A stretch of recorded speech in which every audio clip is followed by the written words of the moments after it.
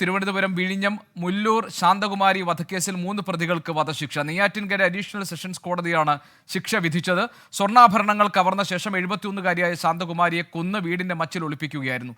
ഷഫീദ് റാവുത്തർ തിരുവനന്തപുരത്ത് വിവരങ്ങൾ നൽകാനുണ്ട്. ഷഫീദ്, ഈ കേസിൽ തിരുവനന്തപുരത്തെ വിഴിഞ്ഞം മുല്ലൂർ ശാന്തകുമാരി വധക്കേസിൽ 3 പ്രതികൾക്കും നെയ്യാറ്റിൻകര അഡീഷണൽ സെഷൻസ് കോടതി വധശിക്ഷ വിധിച്ചിരിക്കുകയാണല്ലോ. വിശദാംശങ്ങൾ എന്തൊക്കെ?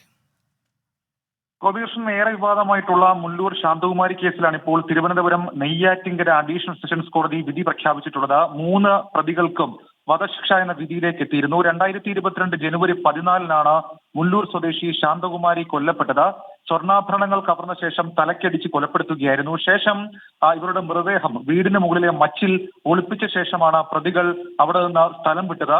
മാത്രമല്ല, രാത്രിയിൽ ഈ വീട്ടുടമസ്ഥർ മൃതദേഹം കണ്ടെത്തുകയും തുടർന്ന് പ്രതികളെ അന്ന് രാത്രി തന്നെ പോലീസ് പിടികൂടുകയുമായിരുന്നു. ഈ ശാന്തകുമാരിയുടെ വീടിന്റെ അയൽവാസിയായി കഴിഞ്ഞിരുന്ന, വാടകയ്ക്ക് താമസിച്ചിരുന്ന കോവളം സ്വദേശി റഫീഖ ബീവി, അവരുടെ മകൻ ഷഫീഖ്, കൂടെ താമസിച്ചിരുന്ന റഫീഖ ബീവിയുടെ സുഹൃത്തായിട്ടുള്ള പാലക്കാട് സ്വദേശി അല്ലമീൻ, ഇവർ 3 പേരുമായിരുന്നു പ്രതികൾ.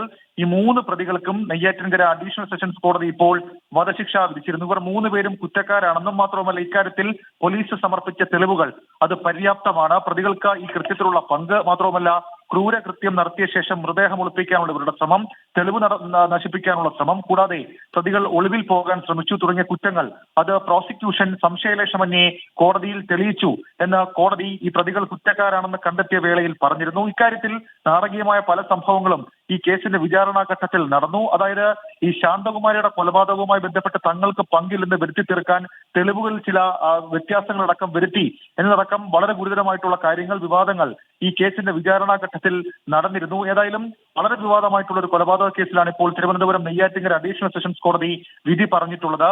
മുല്ലൂർ ശാന്തകുമാരി കൊലപാതകവുമായി ബന്ധപ്പെട്ട് പോലീസ് കാര്യക്ഷമമായിട്ടുള്ള അന്വേഷണം നടത്തിയിരുന്നു. പ്രത്യേകിച്ച് ആദ്യഘട്ടത്തിൽ കേസ് അന്വേഷിച്ച പോലീസ് ഇതുമായി ബന്ധപ്പെട്ട തെളിവ് ശേഖരണമായിരുന്നു നടത്തിയത്. ഈ സംഭവത്തിന് പിന്നിൽ അത് മോഷണ ശ്രമമാണ്, അതല്ലെങ്കിൽ സ്വർണ്ണാഭരണങ്ങൾ തട്ടിയെടുക്കാനുള്ള ശ്രമമാണെന്ന് ആദ്യഘട്ടത്തിൽ തന്നെ പോലീസ് കണ്ടെത്തിയതാണ് വിചാരണാവേളയിൽ നിർണായകമായി മാറിയതും പ്രതികൾക്ക് വധശിക്ഷയിലേക്ക് കാര്യങ്ങൾ കൊണ്ടെത്തിക്കാനും കഴിഞ്ഞത്. പ്രോസിക്യൂഷൻ ഇക്കാര്യത്തിൽ ശാസ്ത്രീയ തെളിവുകൾ അടക്കമുള്ള കാര്യങ്ങൾ കൃത്യമായി കോടതിയിൽ അവതരിപ്പിച്ചു. മാത്രമല്ല അക്കാര്യത്തിൽ ഈ വിചാരണ ഘട്ടത്തിലും വാദപ്രതിവാദത്തിന്റെ ഘട്ടത്തിലുമൊക്കെ ഇക്കാര്യത്തിൽ എന്താണ് പ്രതികളുടെ മോട്ടീവ്, അത് പ്രതികളിൽ നിന്ന് കണ്ടെടുത്ത ചില കാര്യങ്ങൾ തെളിവുകളുടെ അടിസ്ഥാനത്തിൽ തന്നെ പ്രോസിക്യൂഷൻ സമർപ്പിച്ചു. ഇതിന്റെ കൂടി അടിസ്ഥാനത്തിലാണ് ഇപ്പോൾ ഈ 3 പ്രതികൾക്കും കുറ്റകൃത്യത്തിന്റെ ഗൗരവം, അതല്ലെങ്കിൽ കൊലപാതകം നടത്താനുള്ള മോട്ടീവ്, അതിനുശേഷം തെളിവ് നശിപ്പിക്കൽ, ഒളിവിൽ പോകാൻ ശ്രമിക്കൽ തുടങ്ങിയ കാര്യങ്ങൾ, അതടക്കമുള്ള കാര്യങ്ങൾ കണ്ടെത്തിക്കൊണ്ട് വധശിക്ഷ തന്നെ കോടതി ഇപ്പോൾ പ്രതികൾക്ക് ശിക്ഷയായി വിധിച്ചത്.